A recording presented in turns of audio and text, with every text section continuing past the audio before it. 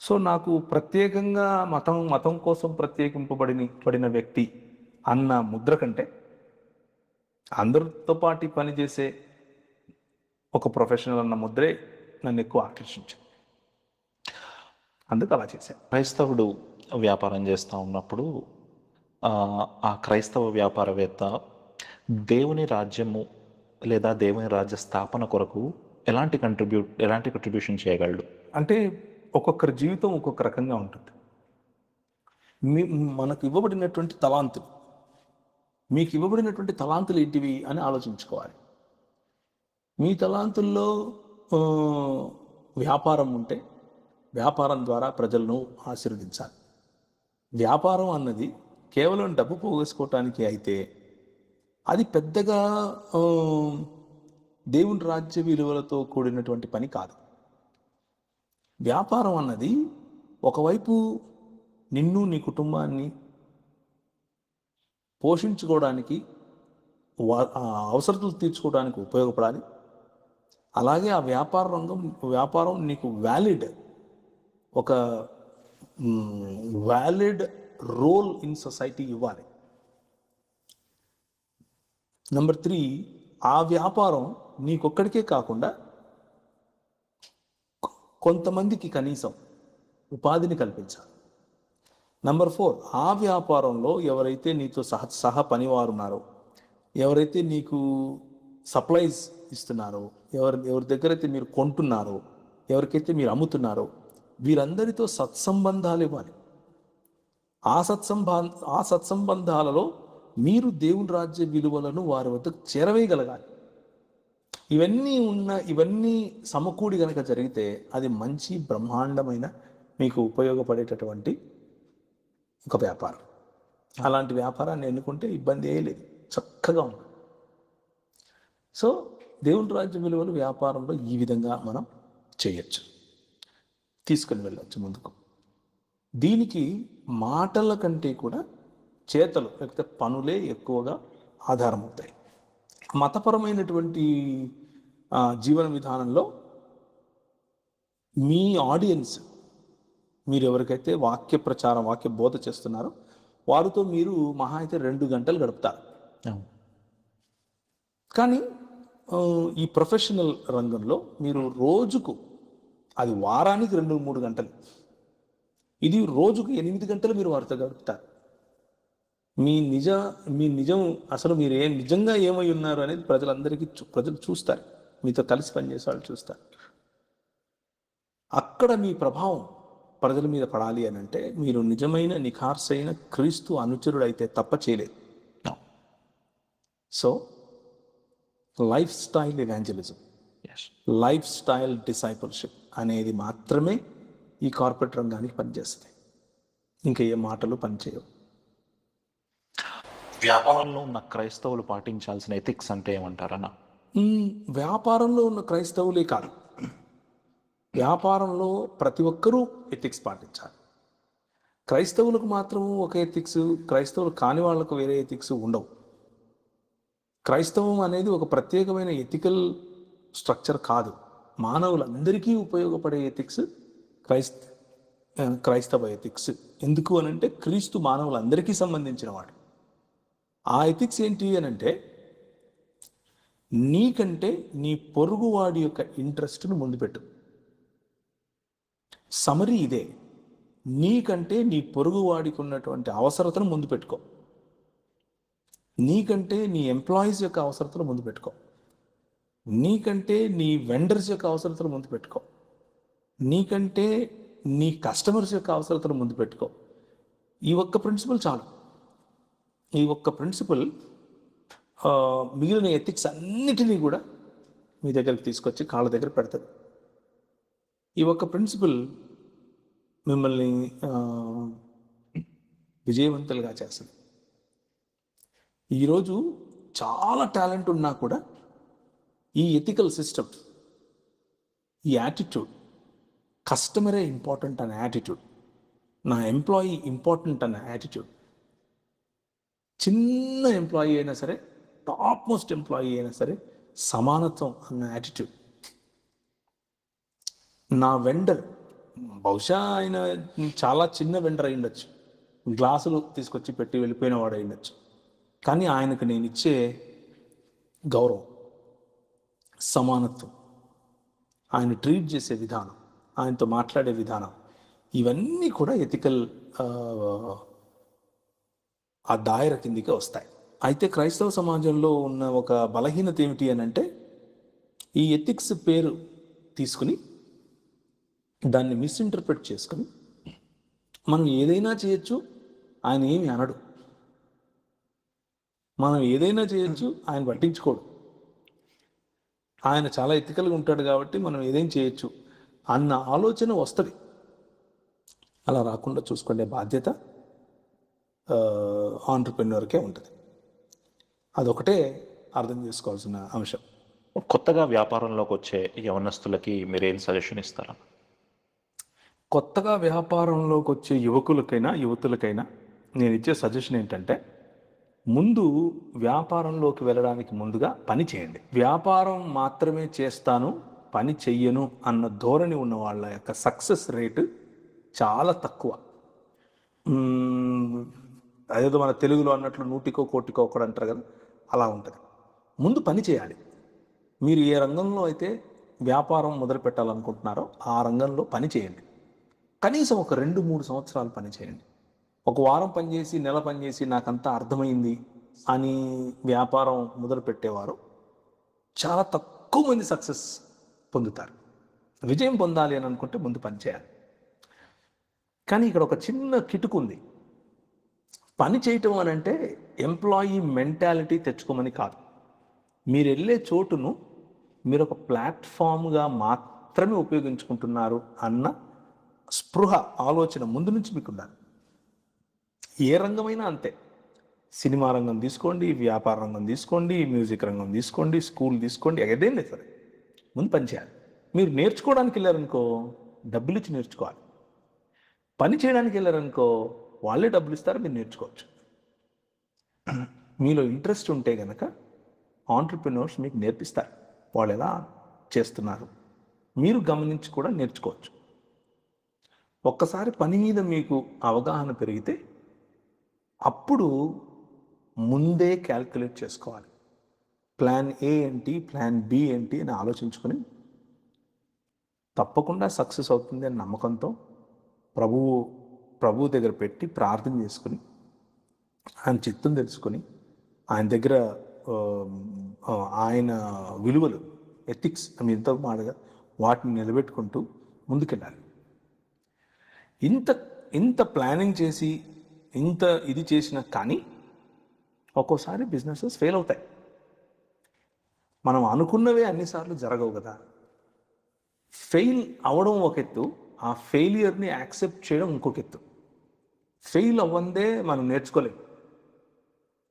కానీ అయిన ఫెయిల్యూర్ ఇది పర్మనెంట్ అని అనుకుని దాన్ని స్వీకరిస్తే ఇక ఆ తలుపులు మూసుకుపోతాయి. అలా కాకుండా ప్రతిసారి ప్రయత్నాన్ని మరింత ముమ్మరంగా, ప్రయత్నాన్ని మరింత బలంగా చేయగలిగితే తప్పకుండా యువకులైనా యువతులైనా సక్సీడ్ అవుతారు. ఆ వ్యాపారం మిమ్మల్ని కూర్చోబెట్టి మీకోసం పనిచేస్తుంది. ఆ రోజు మీరు నిజమైన వ్యాపారస్తులు అవుతారు. బీయింగ్ స్పిరిచువల్కి బీయింగ్ రిలీజియస్కి మధ్య ఉన్న తేడా ఏంటి అంటారు? బీయింగ్ స్పిరిచువల్ అన్నది అన్ని రంగాల్లో ఉండాలి. రిలీజియస్ రంగంలో స్పిరిచువల్గా ఉండాలి, ఫైనాన్షియల్ రంగంలో స్పిరిచువల్గా ఉండాలి, లలిత కళల్లో స్పిరిచువల్గా ఉండొచ్చు, బ్యాంకింగ్ సెక్టర్లో స్పిరిచువల్గా ఉండొచ్చు, మీ ఫ్యామిలీ లైఫ్లో స్పిరిచువల్గా ఉండాలి. న్యాయ రంగంలో స్పిరిచువాలిటీ ఉంది, అన్ని రంగాల్లో స్పిరిచువాలిటీ ఉంది. స్పిరిచువల్ అన్నది హైందవ తత్వ అనుసారంగా ఉన్న స్పిరిచువాలిటీ గురించి మాట్లాడట్లేదు బైబిల్. స్పిరిచువాలిటీ అని బైబిల్ దేని గురించి మాట్లాడుతుంది అని అంటే, దేవుడు ఏ మనిషినైతే సృష్టించి నువ్వు నా పోలిక చొప్పున నా స్వరూపంలో ఉన్నావు, చాలా బాగుంది అని అన్నాడు. దేవుడు ఏ సృష్టినైతే చేస్తూ ఇది బాగుంది, ఇది బాగుంది, ఇది బాగుంది అంటూ వచ్చాడో అదంతా స్పిరిచువలే. స్పిరిచువల్ అని అంటే నాన్ ఫిజికల్ అని బైబిల్ అర్థం కాదు. స్పిరిచువల్ అంటే బైబిల్ అర్థము దైవికమైన, లేకపోతే దేవుడు ఆమోదించిన అని అర్థం. దేవుడు ఆమోదించినటువంటి జీవన విధానం ఏదైనా స్పిరిచువలే. మనము ఇలా మాట్లాడుకోవడం ఇదొక స్పిరిచువల్ పని. వ్యాపారం గురించి మాట్లాడుకున్నా అది స్పిరిచువల్ పనే. ఇది మనం ఇలా చేస్తూ ఉంటే మనకు సహాయం చేస్తున్నటువంటి మన కెమెరా సోదరులు ఉన్నారు, సిబ్బంది, వాళ్ళు స్పిరిచువల్ పని చేస్తున్నారు. మనం బైబిల్ పట్టుకొని చదివినప్పుడు వాళ్ళు షూట్ చేస్తేనేమో స్పిరిచువల్ పని, కానీ మనము దాన్ని ఏమంటారు, ఎడ్యుకేషన్ గురించి మాట్లాడినప్పుడు వాళ్ళు షూట్ చేస్తే స్పిరిచువల్ పని కాదు అన్నది దేవుని గ్రంథం చెప్పే సత్యం కాదు. అది ఈ లోక మర్యాద చెప్పే సత్యం. ఆ ఈలోక మర్యాద చెప్పే సత్యాన్ని రిలీజియాసిటీ అంటారు. డివిజన్ తీసుకొచ్చి నువ్వు ఇది చేస్తే మంచి స్పిరిచువల్, ఇది చేస్తే స్పిరిచువల్ కాదు అని చెప్పడమే రిలీజియాసిటీ. మతపరమైన ఆలోచన. మతం విడదీస్తుంది. మతం మనిషికి ఏం చెప్తుంది అని అంటే, నువ్వు పూజ చేస్తే, ప్రార్థన చేస్తే, నమాజు చేస్తే స్పిరిచువల్ అని చెబుతూ,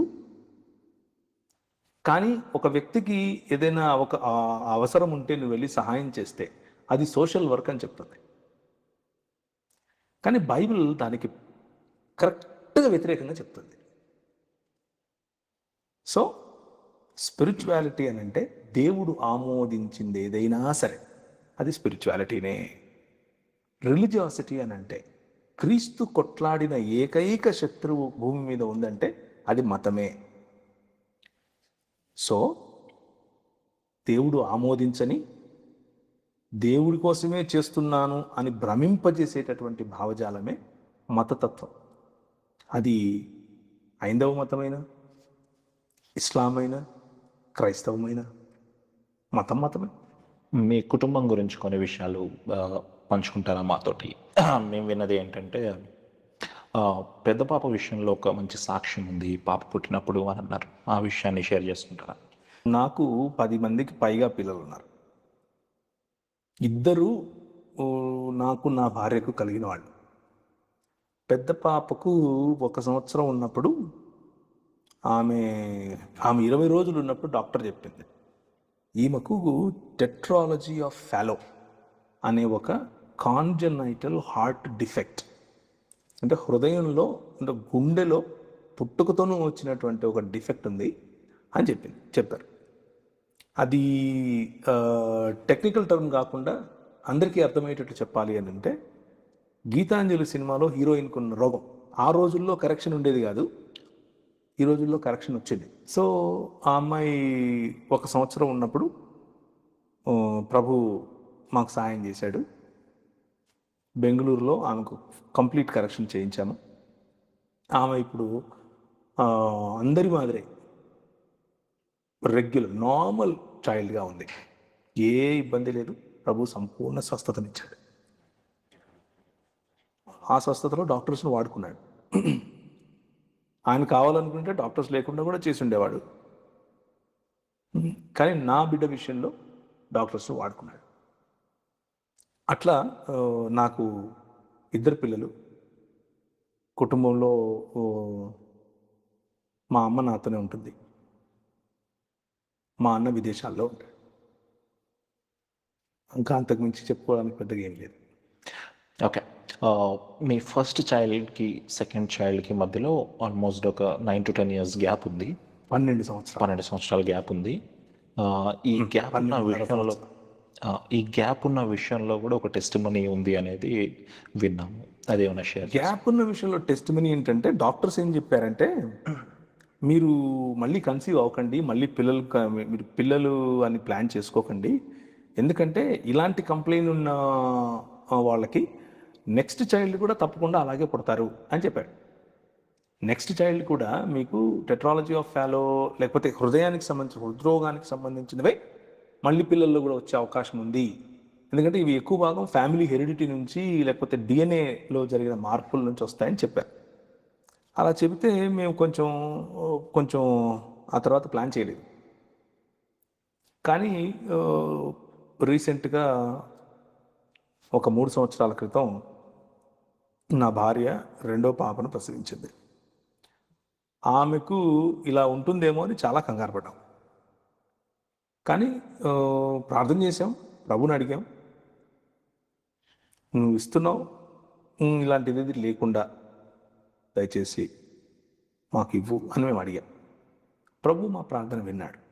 ఆమెకు ఎటువంటి ఇబ్బంది, ఎటువంటి ఫిజికల్ ఎలిమెంట్ లేకుండా ప్రభు మాకు ఇచ్చాడు. సో తప్పకుండా అలాంటి వాళ్ళే పుడతారు అని డాక్టర్స్ చెప్పారు. కానీ అలా అవసరం లేదు, నేను ఇచ్చేది అని ప్రభు చెప్పాడు. సో ఆయనదే నెగ్గింది. బాగుందన్న. మీ వైఫ్ గురించి, మీ భార్య గురించి కొన్ని మాటల్లో చెప్పాలంటే, మీది మంచి లవ్ స్టోరీ అని విన్నాం మేము. ఆ లవ్ స్టోరీని మా వీక్షల గురించి ఏమన్నా పంచుకుంటారా? లవ్ స్టోరీ ఏమీ లేదు. నేను ఇందోర్లో ఉన్నప్పుడు వాళ్ళ నాన్నగారు మాకు పాస్టర్ గారు, ఆయనతో కలిసి పనిచేశాను. చాలా చర్చెస్ స్థాపించాం. ఆ క్రమంలో ఆమె ఇష్టపడింది, పెళ్లి చేసుకోవాలనుకుంది. వాళ్ళ నాన్నకు మేము చెప్పాం. చెబితే వాళ్ళ నాన్న మా అమ్మగారితో మాట్లాడాడు. వాళ్ళిద్దరూ మాట్లాడుకున్న తర్వాత మరి వాళ్ళే సంబంధం కుదిర్చి పెద్దలందరూ అంగీకరించి ఘనంగా పెళ్లి చేశారు. సో ప్రేమ వివాహమే, అలాగే పెద్దలందరూ సమ్మతించి చేసిన వివాహం కూడా. పెద్దలను ఒప్పించి చేసుకున్న వివాహం ఏమీ కాదు. వాళ్ళే స్వచ్ఛందంగా ఇష్టపడి ఇది చాలా బాగుంది అని ముందుకొచ్చి మా ఇద్దరికి పెళ్లి చేశారు.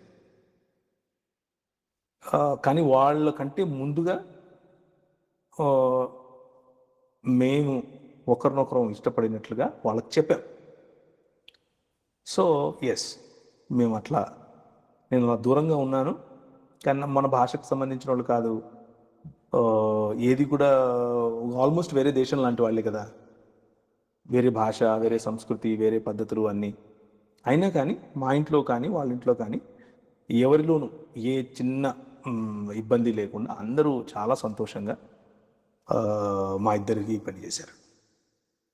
చాలా బాగుందన్న. అన్న, మీరు మీ ఇద్దరు పిల్లలు మాత్రమే కాకుండా మీరు ఒక 8 మంది పిల్లల వరకు రేస్ చేస్తున్నారు అని విన్నాము. 10 మా ఇద్దరు కాకుండా 10. ఓకే. సో ఆ పిల్లల గురించి ఏమైనా చెప్తారా? మాకు ఆ 10 మందిలో కూడా ఇప్పుడు అందరూ పెద్దోళ్ళు అయిపోయారు, ఎవరు పిల్లోళ్ళు లేరు. సో మాకు గవర్నమెంట్తో సిడబ్ల్యూసి వాళ్ళతో మేము రిజిస్టర్ చేసుకుని వాళ్ళను మేము పెంచాం. ఇప్పుడు ఆ రిజిస్టర్డ్ లైసెన్స్ కూడా మేము క్యాన్సిల్ చేసేసాం, ఎందుకంటే పిల్లలందరూ మేజర్స్ అయిపోయారు కాబట్టి. వీళ్ళు చాలా చిన్నతనం నుంచి మా దగ్గర ఉన్నారు. నా దగ్గర ఒక 12 సంవత్సరాలు పెరిగారు. వాళ్ళు నా దగ్గరకు వచ్చినప్పుడు దాదాపు కొంతమంది 8 సంవత్సరాలు, కొంతమంది 7 సంవత్సరాలు, 6 సంవత్సరాలు, 10 సంవత్సరాలు అలా ఉన్నారు కదా. అందుకు ఇప్పుడు 18, 19, 20 వరకు వెళ్ళిపోయారు. కొందరు ఉద్యోగాలు చేసుకుంటున్నారు, పెళ్ళిళ్ళు అయిపోయాయి, కొందరికి పిల్లలు కూడా పుట్టారు. రీసెంట్గా ఒక అమ్మాయి పెళ్లి చేసుకుంది. అందరికంటే పెద్దోడు పెళ్లి చేసుకున్నాడు, వాడికి కూడా ఈ ఒక నెలలో పాపో బాబో పుడతారు.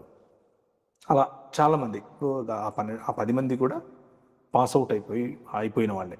ఇంకా ఇద్దరే ఉన్నారు నాతో, వాళ్ళిద్దరు కూడా మేజర్లే, పెద్దోళ్ళు అయిపోయారు, వాళ్ళు కాలేజ్ చదువుకుంటున్నారు. సో మా ఇంట్లో పెరిగిన వాళ్ళ సంఖ్య ఇది, అంటే నా భార్య పెంచిన వాళ్ళ సంఖ్య ఇది. మీరు చేస్తున్న బిజినెస్ ఏంటి అన్న?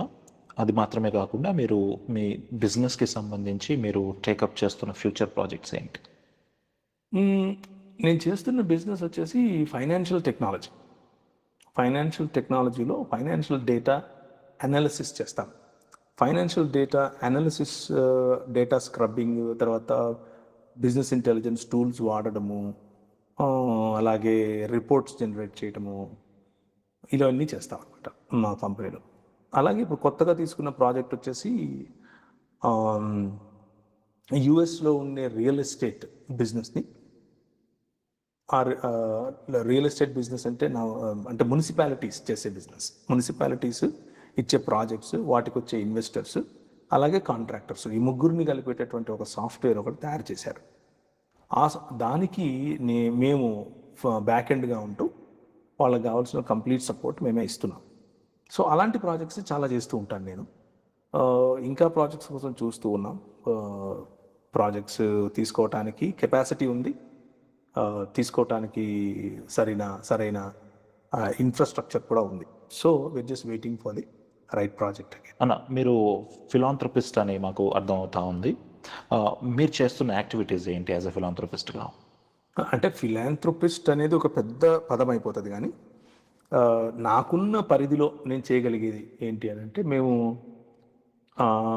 డెస్టిట్యూట్స్ అంటారు, అంటే రోడ్డు మీద పడిపోయి ఉంటారు, వాళ్లకు చీము పట్టిపోయి ఉంటుంది, కాలంతా బాగా పెద్ద పెద్ద వూండ్స్ అవుతాయి, తల నిండా కురుపులు ఉంటాయి, ఇంత జొడల్లాగా చేస్తాయి, బాగా సన్ బర్న్ అయిపోయి ఉంటారు, నల్లగా మట్టి పెరిగిపోయి అలా రోడ్డు మీద పడిపోయి ఉంటారు. అలాంటి వాళ్ళని పిక్ చేస్తాం. It's a registered work. Police వాళ్ళ సహాయం తీసుకుంటాం. పోలీసు వాళ్ళకి సర్టిఫికేట్ ఇస్తారు, ఈ వ్యక్తిని ఫలానా వాళ్ళు పిక్ చేశారు అని. మాకు ఒక అంబులెన్స్ ఉంది, మాకు 4 అంబులెన్స్ ఉన్నాయి, అందులో ఒక అంబులెన్స్ దీనికి వాడతాం. దాంట్లో పిక్ చేసుకుని తీసుకెళ్ళి వాళ్ళకి మంచిగా వాష్ చేసి కటింగ్ కొట్టి వాళ్ళకి కావాల్సిన మెడికేషన్, ఫుడ్, న్యూట్రిషన్ వగేరా వగేరా వగేరా చేస్తాం. చేసి కొద్ది దినాలు, కొన్ని రోజులు వాళ్ళను మళ్ళీ జనజీవన స్రవంతి అంటారు కదా, ఆ విధంగా వాళ్ళను తీసుకొచ్చే ప్రయత్నం చేస్తాం. కొంతమంది బాగా రెస్పాండ్ అవుతారు. అలా రెస్పాండ్ అయిన వాళ్ళను వాళ్ళ ఇళ్ళకు మళ్ళీ పంపిస్తాం. వాళ్ళకు కొన్ని అడిక్షన్స్ ఉంటాయి, ఆ అడిక్షన్స్ నుంచి వాళ్ళను బయటికి తీసుకొని రావడానికి చేస్తాం. కొంతమంది మీన్ వైల్ ఆ ప్రాసెస్లోనే చనిపోతారు. చనిపోయిన వాళ్ళకు మేము బరియల్ వగేరా చేస్తాం. ఇదంతా కూడా అంటే డబ్బు తీసుకోకుండా, ఎవరు పే చేయాల్సిన అవసరం లేకుండా మేము చేస్తాం. నేను చేసే వ్యాపారంలో నాకు వచ్చిన నా రెవెన్యూలో భాగంగానే ఇలాంటి కార్యక్రమాలకు కూడా నేను చేస్తుంటాను. ఇదొకటి. తర్వాత యంగ్ పీపుల్, ఇప్పుడు ఉద్యోగానికి కొంతమంది కంటే మార్జినలైజ్డ్ కమ్యూనిటీస్ ఉంటారు. ఉదాహరణకు భారతదేశంలో ఎలాంటి పరిస్థితి ఉందంటే, ముఖ్యంగా మన హైటెక్ సిటీలో కూడా మీ పేరు ఉదాహరణకు దళిత వాడల్లో లేకపోతే బీసీ వాడల్లో ఉన్న వాళ్ళ పేర్లు ఎలా ఉంటాయి? నా పేరు కే ప్రభాస్ అని అంటాడు. మీ నాయన పేరు ఏంటి అని అంటే కే యాదయ్య అనుకోండి ఉదాహరణకు. ప్రభాస్ అనే పేరుని బట్టి కాదు, వాళ్ళ నాన్న పేరు కే యాదయ్య. యాదయ్య అంటే వీడి ఎవరు అని ఆలోచిస్తారు. ఇది మనకు పట్టిన గజ్జి, మనకు పట్టిన ఒక దరిద్రం. దానివల్ల ఆపర్చునిటీస్ పిల్లలకు రావట్లేదు. కులం అనే ఈ మహమ్మారి కారణం చేత, మహాభూతం కారణం చేత పిల్లలకు రావాల్సిన ఆపర్చునిటీస్ రావట్లేదు.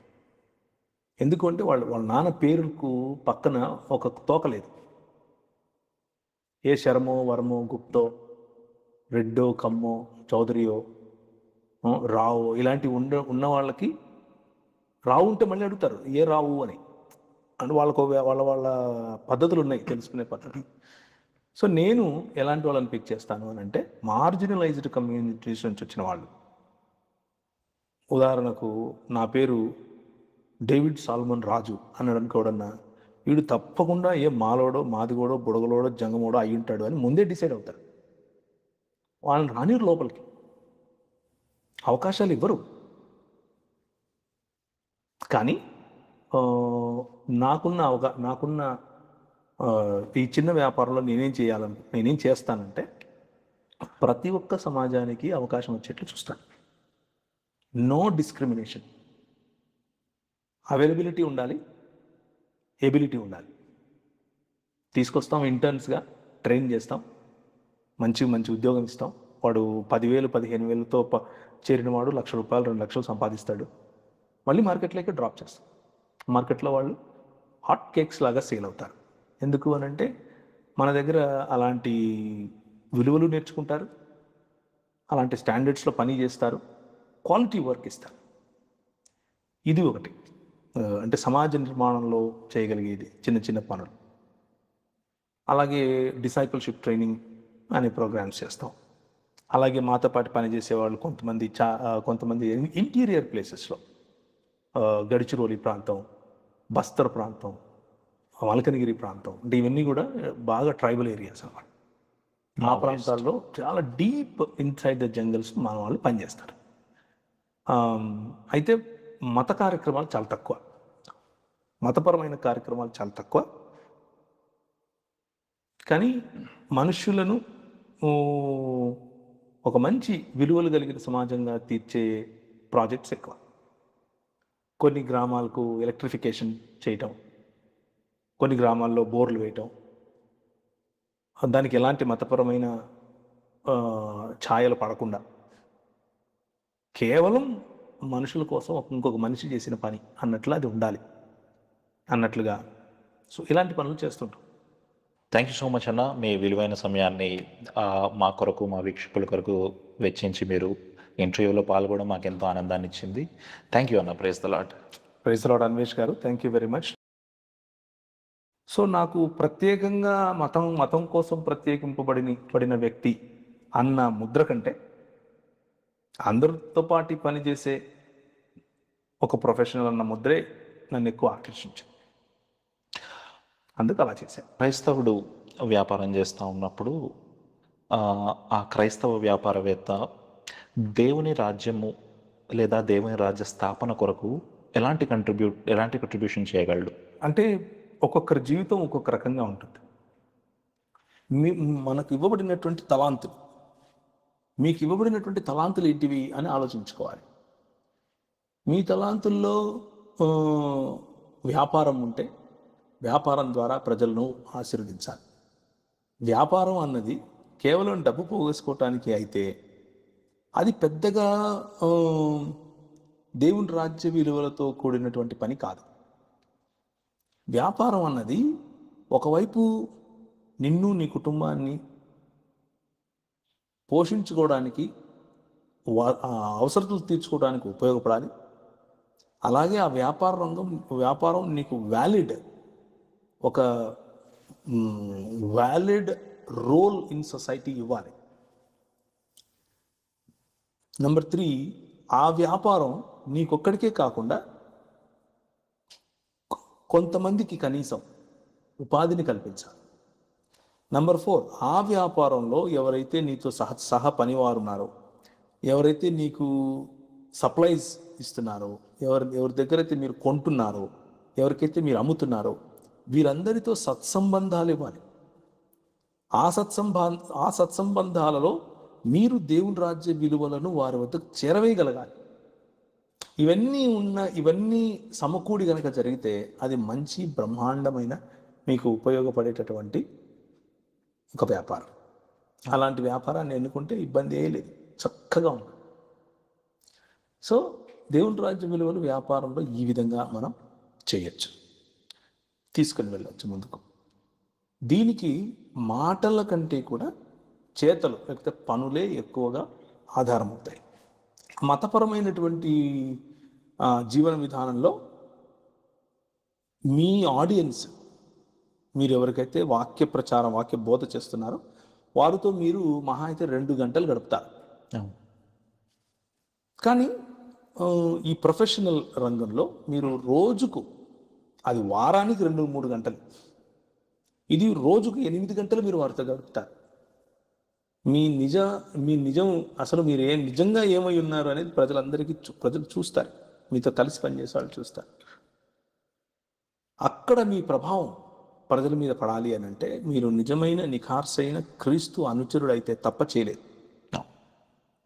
So life style evangelism, life style discipleship అనేది మాత్రమే ఈ కార్పొరేట్ రంగానికి పనిచేస్తుంది. ఇంకా ఏ మాటలు పనిచేయవు. వ్యాపారంలో ఉన్న క్రైస్తవులు పాటించాల్సిన ఎథిక్స్ అంటే ఏమంటారన్నా? వ్యాపారంలో ఉన్న క్రైస్తవులే కాదు, వ్యాపారంలో ప్రతి ఒక్కరూ ఎథిక్స్ పాటించాలి. క్రైస్తవులకు మాత్రం ఒక ఎథిక్స్, క్రైస్తవులు కాని వాళ్ళకు వేరే ఎథిక్స్ ఉండవు. క్రైస్తవం అనేది ఒక ప్రత్యేకమైన ఎథికల్ స్ట్రక్చర్ కాదు. మానవులందరికీ ఉపయోగపడే ఎథిక్స్ క్రైస్తవ ఎథిక్స్. ఎందుకు అని అంటే క్రీస్తు మానవులందరికీ సంబంధించిన వాడు. ఆ ఎథిక్స్ ఏంటి అని అంటే, నీకంటే నీ పొరుగువాడి యొక్క ఇంట్రెస్ట్ను ముందు పెట్టు. సమరీ ఇదే. నీకంటే నీ పొరుగువాడికి ఉన్నటువంటి అవసరతను ముందు పెట్టుకో. నీకంటే నీ ఎంప్లాయీస్ యొక్క అవసరతను ముందు పెట్టుకో. నీకంటే నీ వెండర్స్ యొక్క అవసరతను ముందు పెట్టుకో. నీకంటే నీ కస్టమర్స్ యొక్క అవసరతను ముందు పెట్టుకో. ఈ ఒక్క ప్రిన్సిపల్ చాలు. ఈ ఒక్క ప్రిన్సిపల్ మిగిలిన ఎథిక్స్ అన్నిటినీ కూడా మీ దగ్గరికి తీసుకొచ్చి కాళ్ళ దగ్గర పెడతాడు. ఈ ఒక్క ప్రిన్సిపల్ మిమ్మల్ని విజయవంతులుగా చేస్తుంది. ఈరోజు చాలా టాలెంట్ ఉన్నా కూడా ఈ ఎథికల్ సిస్టమ్, ఈ యాటిట్యూడ్, కస్టమరే ఇంపార్టెంట్ అనే యాటిట్యూడ్, నా ఎంప్లాయీ ఇంపార్టెంట్ అనే యాటిట్యూడ్, చిన్న ఎంప్లాయీ అయినా సరే, టాప్ మోస్ట్ ఎంప్లాయీ అయినా సరే సమానత్వం అన్న యాటిట్యూడ్, నా వెండర్ బహుశా ఆయన చాలా చిన్న వెండర్ అయి ఉండొచ్చు, గ్లాసులు తీసుకొచ్చి పెట్టి వెళ్ళిపోయిన వాడు అయి ఉండొచ్చు, కానీ ఆయనకు నేను ఇచ్చే గౌరవం, సమానత్వం, ఆయన ట్రీట్ చేసే విధానం, ఆయనతో మాట్లాడే విధానం, ఇవన్నీ కూడా ఎథికల్ ఆ దాయర కిందికి వస్తాయి. అయితే క్రైస్తవ సమాజంలో ఉన్న ఒక బలహీనత ఏమిటి అని అంటే, ఈ ఎథిక్స్ పేరు తీసుకుని దాన్ని మిస్ఇంటర్ప్రిట్ చేసుకుని మనం ఏదైనా చేయొచ్చు, ఆయన ఏమి అనడు, మనం ఏదైనా చేయొచ్చు, ఆయన పట్టించుకోడు, ఆయన చాలా ఎథికల్గా ఉంటాడు కాబట్టి మనం ఏదైనా చేయొచ్చు అన్న ఆలోచన వస్తుంది. అలా రాకుండా చూసుకునే బాధ్యత ఆంట్రప్రెన్యూర్కే ఉంటుంది. అదొకటే అర్థం చేసుకోవాల్సిన అంశం. కొత్తగా వ్యాపారంలోకి వచ్చే యవనస్తులకి మీరేం సజెషన్ ఇస్తారా? కొత్తగా వ్యాపారంలోకి వచ్చే యువకులకైనా యువతులకైనా నేను ఇచ్చే సజెషన్ ఏంటంటే, ముందు వ్యాపారంలోకి వెళ్ళడానికి ముందుగా పని చేయండి. వ్యాపారం మాత్రమే చేస్తాను, పని చెయ్యను అన్న ధోరణి ఉన్న వాళ్ళ యొక్క సక్సెస్ రేటు చాలా తక్కువ. అదేదో మన తెలుగులో అన్నట్లు 100కో 1,00,00,000 ఒకడు అంటారు కదా, అలా ఉంటుంది. ముందు పని చేయాలి. మీరు ఏ రంగంలో అయితే వ్యాపారం మొదలు పెట్టాలనుకుంటున్నారో ఆ రంగంలో పని చేయండి. కనీసం ఒక 2-3 సంవత్సరాలు పని చేయండి. ఒక వారం పనిచేసి, నెల పనిచేసి నాకంతా అర్థమైంది అని వ్యాపారం మొదలు పెట్టేవారు చాలా తక్కువ మంది సక్సెస్ పొందుతారు. విజయం పొందాలి అని అనుకుంటే ముందు పని చేయాలి. కానీ ఇక్కడ ఒక చిన్న కిటుకు ఉంది. పని చేయటం అని అంటే ఎంప్లాయీ మెంటాలిటీ తెచ్చుకోమని కాదు. మీరు వెళ్ళే చోటును మీరు ఒక ప్లాట్ఫామ్గా మాత్రమే ఉపయోగించుకుంటున్నారు అన్న స్పృహ, ఆలోచన ముందు నుంచి మీకు ఉండాలి. ఏ రంగమైనా అంతే. సినిమా రంగం తీసుకోండి, వ్యాపార రంగం తీసుకోండి, మ్యూజిక్ రంగం తీసుకోండి, స్కూల్ తీసుకోండి, ఏదేం లేదు సరే, ముందు పని చేయాలి. మీరు నేర్చుకోవడానికి వెళ్ళారనుకో డబ్బులు ఇచ్చి నేర్చుకోవాలి. పని చేయడానికి వెళ్ళారనుకో వాళ్ళే డబ్బులు ఇస్తారు, మీరు నేర్చుకోవచ్చు. మీలో ఇంట్రెస్ట్ ఉంటే కనుక ఆంట్రప్రెన్యూర్స్ మీకు నేర్పిస్తారు. వాళ్ళు ఎలా చేస్తున్నారు మీరు గమనించి కూడా నేర్చుకోవచ్చు.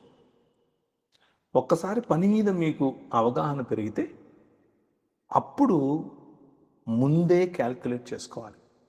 ప్లాన్ ఏ ఏంటి, ప్లాన్ బి ఏంటి అని ఆలోచించుకొని తప్పకుండా సక్సెస్ అవుతుంది అని నమ్మకంతో ప్రభువు దగ్గర పెట్టి ప్రార్థన చేసుకుని ఆయన చిత్తం తెలుసుకొని ఆయన దగ్గర ఆయన విలువలు, ఎథిక్స్ ఇంత మాటగా వాటిని నిలబెట్టుకుంటూ ముందుకెళ్ళాలి. ఇంత ప్లానింగ్ చేసి ఇంత ఇది చేసినా కానీ ఒక్కోసారి బిజినెసెస్ ఫెయిల్ అవుతాయి. మనం అనుకున్నవే అన్నిసార్లు జరగవు కదా. ఫెయిల్ అవడం ఒక ఎత్తు, ఆ ఫెయిలియర్ని యాక్సెప్ట్ చేయడం ఇంకొక ఎత్తు. ఫెయిల్ అవ్వందే మనం నేర్చుకోలేము. కానీ అయిన ఫెయిల్యూర్ ఇది పర్మనెంట్ అని అనుకుని దాన్ని స్వీకరిస్తే ఇక ఆ తలుపులు మూసుకుపోతాయి. అలా కాకుండా ప్రతిసారి ప్రయత్నాన్ని మరింత ముమ్మరంగా, ప్రయత్నాన్ని మరింత బలంగా చేయగలిగితే తప్పకుండా యువకులైనా యువతులైనా సక్సీడ్ అవుతారు. ఆ వ్యాపారం మిమ్మల్ని కూర్చోబెట్టి మీకోసం పనిచేస్తుంది. ఆ రోజు మీరు నిజమైన వ్యాపారస్తులు అవుతారు. బీయింగ్ స్పిరిచువల్కి బీయింగ్ రిలీజియస్కి మధ్య ఉన్న తేడా ఏంటి అంటారు? బీయింగ్ స్పిరిచువల్ అన్నది అన్ని రంగాల్లో ఉండాలి. రిలీజియస్ రంగంలో స్పిరిచువల్గా ఉండాలి, ఫైనాన్షియల్ రంగంలో స్పిరిచువల్గా ఉండాలి, లలిత కళల్లో స్పిరిచువల్గా ఉండొచ్చు, బ్యాంకింగ్ సెక్టర్లో స్పిరిచువల్గా ఉండొచ్చు, మీ ఫ్యామిలీ లైఫ్లో స్పిరిచువల్గా ఉండాలి. న్యాయ రంగంలో స్పిరిచువాలిటీ ఉంది, అన్ని రంగాల్లో స్పిరిచువాలిటీ ఉంది. స్పిరిచువల్ అన్నది హైందవ తత్వ అనుసారంగా ఉన్న స్పిరిచువాలిటీ గురించి మాట్లాడట్లేదు బైబిల్. స్పిరిచువాలిటీ అని బైబిల్ దేని గురించి మాట్లాడుతుంది అని అంటే, దేవుడు ఏ మనిషినైతే సృష్టించి నువ్వు నా పోలిక చొప్పున నా స్వరూపంలో ఉన్నావు, చాలా బాగుంది అని అన్నాడు. దేవుడు ఏ సృష్టినైతే చేస్తూ ఇది బాగుంది, ఇది బాగుంది, ఇది బాగుంది అంటూ వచ్చాడో అదంతా స్పిరిచువలే. స్పిరిచువల్ అని అంటే నాన్ ఫిజికల్ అని బైబిల్ అర్థం కాదు. స్పిరిచువల్ అంటే బైబిల్ అర్థము దైవికమైన, లేకపోతే దేవుడు ఆమోదించిన అని అర్థం. దేవుడు ఆమోదించినటువంటి జీవన విధానం ఏదైనా స్పిరిచువలే.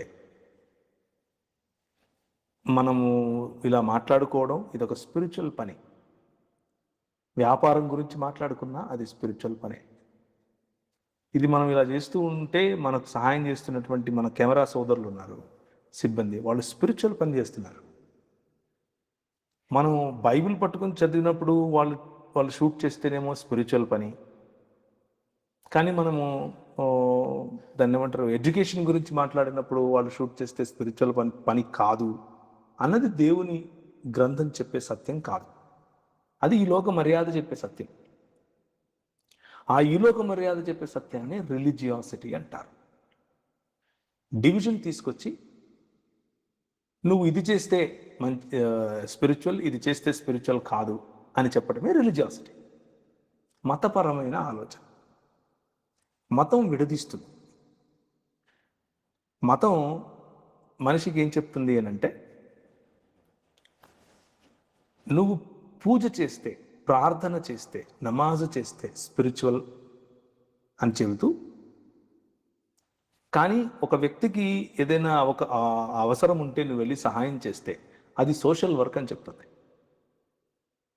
కానీ బైబిల్ దానికి కరెక్ట్గా వ్యతిరేకంగా చెప్తుంది. సో స్పిరిచువాలిటీ అని అంటే దేవుడు ఆమోదించింది ఏదైనా సరే అది స్పిరిచువాలిటీనే. రిలీజియాసిటీ అని అంటే క్రీస్తు కొట్లాడిన ఏకైక శత్రువు భూమి మీద ఉందంటే అది మతమే. సో దేవుడు ఆమోదించని, దేవుడి కోసమే చేస్తున్నాను అని భ్రమింపజేసేటటువంటి భావజాలమే మతతత్వం. అది హైందవ మతమైన, ఇస్లామైన, క్రైస్తవమైన, మతమే. మీ కుటుంబం గురించి కొన్ని విషయాలు పంచుకుంటారా మాతోటి? మేము విన్నది ఏంటంటే, పెద్ద పాప విషయంలో ఒక మంచి సాక్ష్యం ఉంది, పాప పుట్టినప్పుడు అని అన్నారు. ఆ విషయాన్ని షేర్ చేసుకుంటారా? నాకు 10 మందికి పైగా పిల్లలు ఉన్నారు. ఇద్దరు నాకు నా భార్యకు కలిగిన వాళ్ళు. పెద్ద పాపకు 1 సంవత్సరం ఉన్నప్పుడు ఆమె 20 రోజులు ఉన్నప్పుడు డాక్టర్ చెప్పింది, ఈమెకు టెట్రాలజీ ఆఫ్ ఫాలో అనే ఒక కాంజనైటల్ హార్ట్ డిఫెక్ట్, అంటే హృదయంలో, అంటే గుండెలో పుట్టుకతోనూ వచ్చినటువంటి ఒక డిఫెక్ట్ ఉంది అని చెప్పారు. అది టెక్నికల్ టర్మ్ కాకుండా అందరికీ అర్థమయ్యేటట్లు చెప్పాలి అని అంటే, గీతాంజలి సినిమాలో హీరోయిన్కి ఉన్న రోగం, ఆ రోజుల్లో కరెక్షన్ ఉండేది కాదు, ఈ రోజుల్లో కరెక్షన్ వచ్చింది. సో ఆ అమ్మాయి 1 సంవత్సరం ఉన్నప్పుడు ప్రభు మాకు సహాయం చేశాడు. బెంగళూరులో ఆమెకు కంప్లీట్ కరెక్షన్ చేయించాము. ఆమె ఇప్పుడు అందరి మాదిరే రెగ్యులర్ నార్మల్ చైల్డ్గా ఉంది. ఏ ఇబ్బంది లేదు. ప్రభు సంపూర్ణ స్వస్థతనిచ్చాడు. ఆ స్వస్థతలో డాక్టర్స్ను వాడుకున్నాడు. ఆయన కావాలనుకుంటే డాక్టర్స్ లేకుండా కూడా చేసి ఉండేవాడు. కానీ నా బిడ్డ విషయంలో డాక్టర్స్ వాడుకున్నాడు.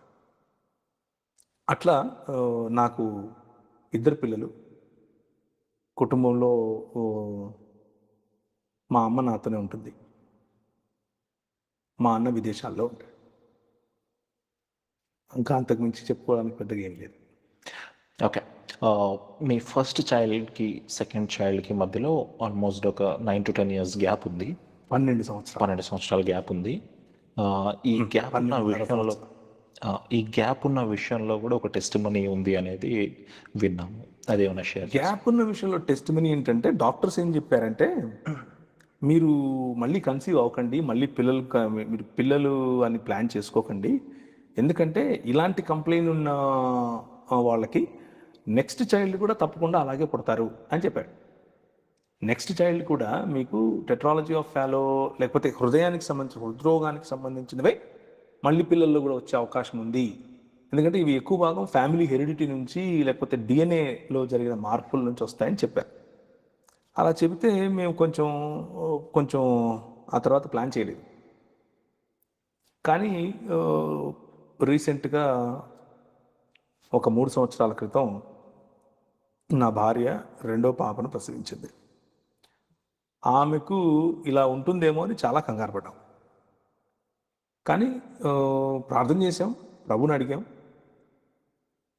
నువ్వు ఇస్తున్నావు, ఇలాంటిది లేకుండా దయచేసి మాకు ఇవ్వు అని మేము అడిగాం. ప్రభు మా ప్రార్థన విన్నాడు. ఆమెకు ఎటువంటి ఇబ్బంది, ఎటువంటి ఫిజికల్ ఎలిమెంట్ లేకుండా ప్రభు మాకు ఇచ్చాడు. సో తప్పకుండా అలాంటి వాళ్ళే పుడతారు అని డాక్టర్స్ చెప్పారు. కానీ అలా అవసరం లేదు, నేను ఇచ్చేది అని ప్రభు చెప్పాడు. సో ఆయనదే నెగ్గింది. బాగుందన్న. మీ వైఫ్ గురించి, మీ భార్య గురించి కొన్ని మాటల్లో చెప్పాలంటే, మీది మంచి లవ్ స్టోరీ అని విన్నాం మేము. ఆ లవ్ స్టోరీని మా వీక్షల గురించి ఏమన్నా పంచుకుంటారా? లవ్ స్టోరీ ఏమీ లేదు. నేను ఇందోర్లో ఉన్నప్పుడు వాళ్ళ నాన్నగారు మాకు పాస్టర్ గారు, ఆయనతో కలిసి పనిచేశాను. చాలా చర్చెస్ స్థాపించాం. ఆ క్రమంలో ఆమె ఇష్టపడింది, పెళ్లి చేసుకోవాలనుకుంది. వాళ్ళ నాన్నకు మేము చెప్పాం. చెబితే వాళ్ళ నాన్న మా అమ్మగారితో మాట్లాడాడు. వాళ్ళిద్దరూ మాట్లాడుకున్న తర్వాత మరి వాళ్ళే సంబంధం కుదిర్చి పెద్దలందరూ అంగీకరించి ఘనంగా పెళ్లి చేశారు. సో ప్రేమ వివాహమే, అలాగే పెద్దలందరూ సమ్మతించి చేసిన వివాహం కూడా. పెద్దలను ఒప్పించి చేసుకున్న వివాహం ఏమీ కాదు. వాళ్ళే స్వచ్ఛందంగా ఇష్టపడి ఇది చాలా బాగుంది అని ముందుకొచ్చి మా ఇద్దరికి పెళ్లి చేశారు. కానీ వాళ్ళకంటే ముందుగా మేము ఒకరినొకరం ఇష్టపడినట్లుగా వాళ్ళకి చెప్పాం. సో ఎస్, మేము అట్లా, నేను అలా దూరంగా ఉన్నాను, కానీ మన భాషకు సంబంధించిన వాళ్ళు కాదు, ఏది కూడా ఆల్మోస్ట్ వేరే దేశం లాంటి వాళ్ళే కదా, వేరే భాష, వేరే సంస్కృతి, వేరే పద్ధతులు అన్నీ. అయినా కానీ మా ఇంట్లో కానీ వాళ్ళ ఇంట్లో కానీ ఎవరిలోనూ ఏ చిన్న ఇబ్బంది లేకుండా అందరూ చాలా సంతోషంగా మా ఇద్దరికి పని చేశారు. చాలా బాగుందన్న. అన్న, మీరు మీ ఇద్దరు పిల్లలు మాత్రమే కాకుండా మీరు ఒక 8 మంది పిల్లల వరకు రేస్ చేస్తున్నారు అని విన్నాము. 10 మా ఇద్దరు కాకుండా 10. ఓకే. సో ఆ పిల్లల గురించి ఏమైనా చెప్తారా? మాకు ఆ 10 మందిలో కూడా ఇప్పుడు అందరూ పెద్దోళ్ళు అయిపోయారు, ఎవరు పిల్లోళ్ళు లేరు. సో మాకు గవర్నమెంట్తో సిడబ్ల్యూసి వాళ్ళతో మేము రిజిస్టర్ చేసుకుని వాళ్ళను మేము పెంచాం. ఇప్పుడు ఆ రిజిస్టర్డ్ లైసెన్స్ కూడా మేము క్యాన్సిల్ చేసేసాం, ఎందుకంటే పిల్లలందరూ మేజర్స్ అయిపోయారు కాబట్టి. వీళ్ళు చాలా చిన్నతనం నుంచి మా దగ్గర ఉన్నారు. నా దగ్గర ఒక 12 సంవత్సరాలు పెరిగారు. వాళ్ళు నా దగ్గరకు వచ్చినప్పుడు దాదాపు కొంతమంది 8 సంవత్సరాలు, కొంతమంది 7 సంవత్సరాలు, 6 సంవత్సరాలు, 10 సంవత్సరాలు అలా ఉన్నారు కదా. అందుకు 18, 19, 20 వరకు వెళ్ళిపోయారు. కొందరు ఉద్యోగాలు చేసుకుంటున్నారు, పెళ్ళిళ్ళు అయిపోయాయి, కొందరికి పిల్లలు కూడా పుట్టారు. రీసెంట్గా ఒక అమ్మాయి పెళ్లి చేసుకుంది. అందరికంటే పెద్దోడు పెళ్లి చేసుకున్నాడు, వాడికి కూడా ఇంకో నెలలో పాపో బాబో పుడతారు. అలా చాలామంది ఇప్పుడు ఆ 10 మంది కూడా పాస్ అవుట్ అయిపోయిన వాళ్ళే. ఇంకా ఇద్దరే ఉన్నారు నాతో. వాళ్ళిద్దరు కూడా మేజర్లో పెద్దోళ్ళు అయిపోయారు. వాళ్ళు కాలేజ్ చదువుకుంటున్నారు. సో ఆమ్, మా ఇంట్లో పెరిగిన వాళ్ళ సంఖ్య ఇది. నేను అంటే నా భార్య పెంచిన వాళ్ళ సంఖ్య ఇది. మీరు చేస్తున్న బిజినెస్ ఏంటి అన్న? అది మాత్రమే కాకుండా మీరు మీ బిజినెస్కి సంబంధించి మీరు టేకప్ చేస్తున్న ఫ్యూచర్ ప్రాజెక్ట్స్ ఏంటి? మ్మ్, నేను చేస్తున్న బిజినెస్ వచ్చేసి ఫైనాన్షియల్ టెక్నాలజీ. ఫైనాన్షియల్ టెక్నాలజీలో ఫైనాన్షియల్ డేటా అనాలిసిస్ చేస్తాం. Financial data analysis, data scrubbing, తర్వాత బిజినెస్ ఇంటెలిజెన్స్ టూల్స్ వాడడము, ఆ, అలాగే రిపోర్ట్స్ జనరేట్ చేయడము, ఇవన్నీ చేస్తాం అనమాట మా కంపెనీలో. అలాగే ఇప్పుడు కొత్తగా తీసుకున్న ప్రాజెక్ట్ వచ్చేసి యుఎస్లో ఉండే రియల్ ఎస్టేట్ బిజినెస్ని. రియల్ ఎస్టేట్ బిజినెస్ అంటే అంటే మున్సిపాలిటీస్ చేసే బిజినెస్. మున్సిపాలిటీస్ ఇచ్చే ప్రాజెక్ట్స్, వాటికి వచ్చే ఇన్వెస్టర్స్, అలాగే కాంట్రాక్టర్స్, ఈ ముగ్గురిని కలిపేటటువంటి ఒక సాఫ్ట్వేర్ ఒకటి తయారు చేశారు. దానికి మేము బ్యాక్ ఎండ్గా ఉంటూ వాళ్ళకి కావాల్సిన కంప్లీట్ సపోర్ట్ మేమే ఇస్తున్నాం. సో అలాంటి ప్రాజెక్ట్స్ చాలా చేస్తూ ఉంటాను నేను. ఇంకా ప్రాజెక్ట్స్ కోసం చూస్తూ ఉన్నాం. ప్రాజెక్ట్స్ తీసుకోవటానికి కెపాసిటీ ఉంది, తీసుకోవటానికి సరైన ఇన్ఫ్రాస్ట్రక్చర్ కూడా ఉంది. So we're just waiting for the right project. అన్న, మీరు ఫిలాంథ్రపిస్ట్ అని మాకు అర్థమవుతా ఉంది. మీరు చేస్తున్న యాక్టివిటీస్ ఏంటి యాజ్ అ ఫిలాంథ్రపిస్ట్గా? అంటే ఫిలాంథ్రోపిస్ట్ అనేది ఒక పెద్ద పదం అయిపోతుంది, కానీ నాకున్న పరిధిలో నేను చేయగలిగేది ఏంటి అని అంటే, మేము డెస్టిట్యూట్స్ అంటారు, అంటే రోడ్డు మీద పడిపోయి ఉంటారు, వాళ్లకు చీము పట్టిపోయి ఉంటుంది, కాలంతా బాగా పెద్ద పెద్ద వూండ్స్ అవుతాయి, తల నిండా కురుపులు ఉంటాయి, ఇంత జొడల్లాగా చేస్తాయి, బాగా సన్ బర్న్ అయిపోయి ఉంటారు, నల్లగా మట్టి పేరుకుపోయి అలా రోడ్డు మీద పడిపోయి ఉంటారు. అలాంటి వాళ్ళని పిక్ చేస్తాం. It's a registered work. Police వాళ్ళ సహాయం తీసుకుంటాం. పోలీసు వాళ్ళకి సర్టిఫికేట్ ఇస్తారు, ఈ వ్యక్తిని ఫలానా వాళ్ళు పిక్ చేశారు అని. మాకు ఒక అంబులెన్స్ ఉంది, మాకు 4 అంబులెన్స్ ఉన్నాయి, అందులో ఒక అంబులెన్స్ దీనికి వాడతాం. దాంట్లో పిక్ చేసుకుని తీసుకెళ్ళి వాళ్ళకి మంచిగా వాష్ చేసి కటింగ్ కొట్టి వాళ్ళకి కావాల్సిన మెడికేషన్, ఫుడ్, న్యూట్రిషన్ వగేరా వగేరా వగేరా చేస్తాం. చేసి కొద్ది దినాలు, కొన్ని రోజులు వాళ్ళను మళ్ళీ జనజీవన స్రవంతి అంటారు కదా, ఆ విధంగా వాళ్ళను తీసుకొచ్చే ప్రయత్నం చేస్తాం. కొంతమంది బాగా రెస్పాండ్ అవుతారు. అలా రెస్పాండ్ అయిన వాళ్ళను వాళ్ళ ఇళ్ళకు మళ్ళీ పంపిస్తాం. వాళ్ళకు కొన్ని అడిక్షన్స్ ఉంటాయి, ఆ అడిక్షన్స్ నుంచి వాళ్ళను బయటికి తీసుకొని రావడానికి చేస్తాం. కొంతమంది మీన్ వైల్ ఆ ప్రాసెస్లోనే చనిపోతారు. చనిపోయిన వాళ్ళకు మేము బరియల్ వగేరా చేస్తాం. ఇదంతా కూడా అంటే డబ్బు తీసుకోకుండా, ఎవరు పే చేయాల్సిన అవసరం లేకుండా మేము చేస్తాం.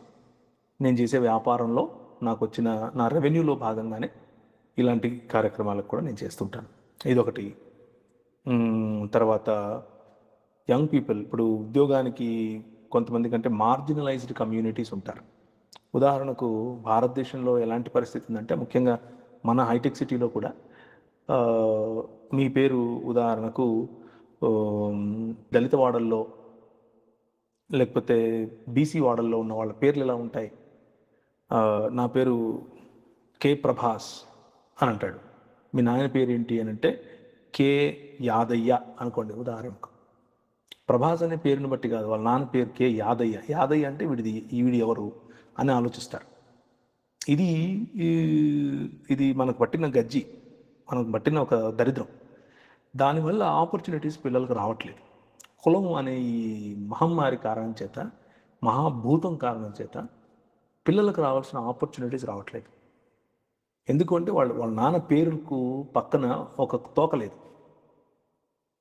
ఏ శరమో, వర్మో, గుప్తో, రెడ్డో, కమ్మో, చౌదరియో, రావు ఇలాంటివి ఉన్న వాళ్ళకి రావు ఉంటే మళ్ళీ అడుగుతారు ఏ రావు అని. అంటే వాళ్ళ పద్ధతులు ఉన్నాయి, తెలుసుకునే పద్ధతి. సో నేను ఎలాంటి వాళ్ళని పిక్ చేస్తాను అని అంటే, మార్జినలైజ్డ్ కమ్యూనిటీస్ నుంచి వచ్చిన వాళ్ళు, ఉదాహరణకు నా పేరు డేవిడ్ సాల్మన్ రాజు అన్నాడు అనుకోడన్నా, వీడు తప్పకుండా ఏ మాలోడో మాదిగోడో బుడగలోడో జంగమోడో అయి ఉంటాడు అని ముందే డిసైడ్ అవుతారు. వాళ్ళని రానిరు లోపలికి, అవకాశాలు ఇవ్వరు. కానీ నాకున్న ఈ చిన్న వ్యాపారంలో నేనేం చేస్తానంటే ప్రతి ఒక్క సమాజానికి అవకాశం వచ్చేట్లు చూస్తాను. No discrimination. అవైలబిలిటీ ఉండాలి, ఎబిలిటీ ఉండాలి. తీసుకొస్తాం, ఇంటర్న్స్గా ట్రైన్ చేస్తాం, మంచి ఉద్యోగం ఇస్తాం. వాడు 10,000 15,000తో చేరిన వాడు ₹1,00,000 2,00,000 సంపాదిస్తాడు. మళ్ళీ మార్కెట్లోకి డ్రాప్ చేస్తాం. మార్కెట్లో వాళ్ళు హాట్ కేక్స్ లాగా సేల్ అవుతారు. ఎందుకు అనంటే మన దగ్గర అలాంటి విలువలు నేర్చుకుంటారు, అలాంటి స్టాండర్డ్స్లో పని చేస్తారు, క్వాలిటీ వర్క్ ఇస్తారు. ఇది ఒకటి. అంటే సమాజ నిర్మాణంలో చేయగలిగేది చిన్న చిన్న పనులు.